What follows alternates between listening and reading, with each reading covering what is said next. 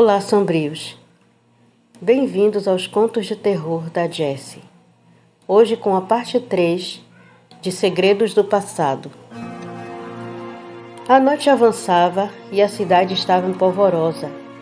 Gabriel e Sofia estavam em um quiosque na praça, observando os festejos e rindo com o povo que, sob o efeito do álcool, ou criava confusão ou era puramente diversão. A delegacia estava a pleno vapor, mas Michael tirou um tempo para ir à praça que ficava em frente à mesma para conversar com seu pai e com Sofia.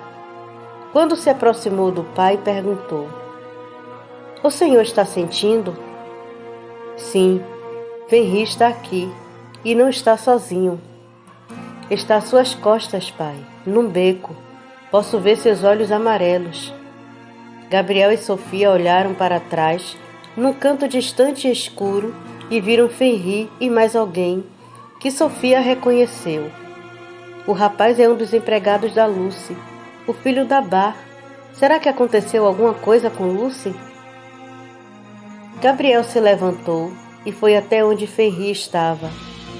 Ele se abaixou para que o rapaz descesse, e este lhe entregou um bilhete onde estava escrito: "Me ajude", e um pequeno vidro com sangue. Gabriel olhou para o jovem que falou: "É da minha senhora. Beba e vai entender." Gabriel virou o frasco bebendo o sangue. A visão que teve fez seu coração aquecer e gelar ao mesmo tempo. Efraim, que sentia tudo também, lembrou-se de quem era o pai de Lucy. Nas antigas eras, quando as famílias de vampiros alfas eram servidas pelas famílias mais inferiores de vampiros, uma em particular, os Konovski, tinham por servidores famílias de Draugrs. Por ser um ninho bem grande no interior da Ucrânia, tinha um grande território onde ao centro estava um grande castelo que mais parecia uma cidadela. À sua volta ficavam as aldeias dos Draugrs que os serviam. Como estes eram carniçais, serviam a eles de vigia durante o dia e à noite tinham sua recompensa diária de cadáveres. Com a fartura de alimentos, suas aparências não eram tão grotescas e muitos em sua forma normal tinham uma certa beleza, principalmente os jovens que serviam dentro do castelo. Entre esses jovens estava Irina, uma jovem Draugr de belos olhos azuis e cabelos loiros cacheados. Ela servia diretamente à família Konovski. Era a dama de companhia da rainha. O rei tinha 2 filhos, Victor e Marco. Apesar de serem adolescentes, já haviam sido prometidos para 2 princesas de outras famílias de vampiros. Isso, porém, não o impediam de ter suas aventuras amorosas. Porém, Marco nutria sentimentos por Irina, e desde que pôs seus olhos sobre ela, deixou de sair com seu irmão em aventuras. Passou a observá-la pelos cantos, e ela não era bela, mas seus modos gentis e sua natureza calma o atraía. Não tinha a coragem de se aproximar. Conhecia as regras. Não deveria se misturar com raças inferiores. Irina percebia a forma como ele a observava e muitas vezes fugia, pois não queria pensar nele de outra forma que não fosse a de seu senhor. Ela era sozinha. Foi criada por outras famílias, mas ao se tornar adolescente e passar a servir a rainha, passou a ter sua própria casa na aldeia, fora do castelo, onde os Draugrs residiam. Todas as noites era a última a ser dispensada dos serviços. Saía do palácio e andava pela floresta até sua casa. Numa dessas caminhadas, Marco apareceu e passou a acompanhá-la. Isso foi ficando corriqueiro, e os 2 viram-se completamente atraídos um pelo outro. Não demorou a viverem um tórrido caso de amor, escondido dos olhos do pai e da mãe. Todas as noites se entregavam a ardente paixão. Os dias foram virando meses e logo 2 anos haviam se passado. Ao alcançar a maioridade, Marco conheceu sua prometida e não demorou para que o casamento se realizasse e os ninhos serem unidos, fortalecendo assim o nome da família Konovski. Irina ficou arrasada com tudo aquilo. Ela acreditou nas juras de amor de Marco e achou que ele enfrentaria todos por ela, ou fugiria como muitas vezes planejaram. Uma noite Marco veio procurá-la e ela o recusou. Ele ficou furioso com a rejeição e a violentou, deixando bem claro que, como seu senhor, ela não deveria nunca recusá-lo. Para desespero de Irina, a rainha a presenteou como dama de companhia da esposa do filho, e ela era obrigada a ver todos os dias e muitas vezes à noite todo o amor e respeito que Marco dedicava à sua esposa. Ela só tinha sua indiferença e violência quando este a desejava. Um dia Irina descobriu que esperava um filho de Marco.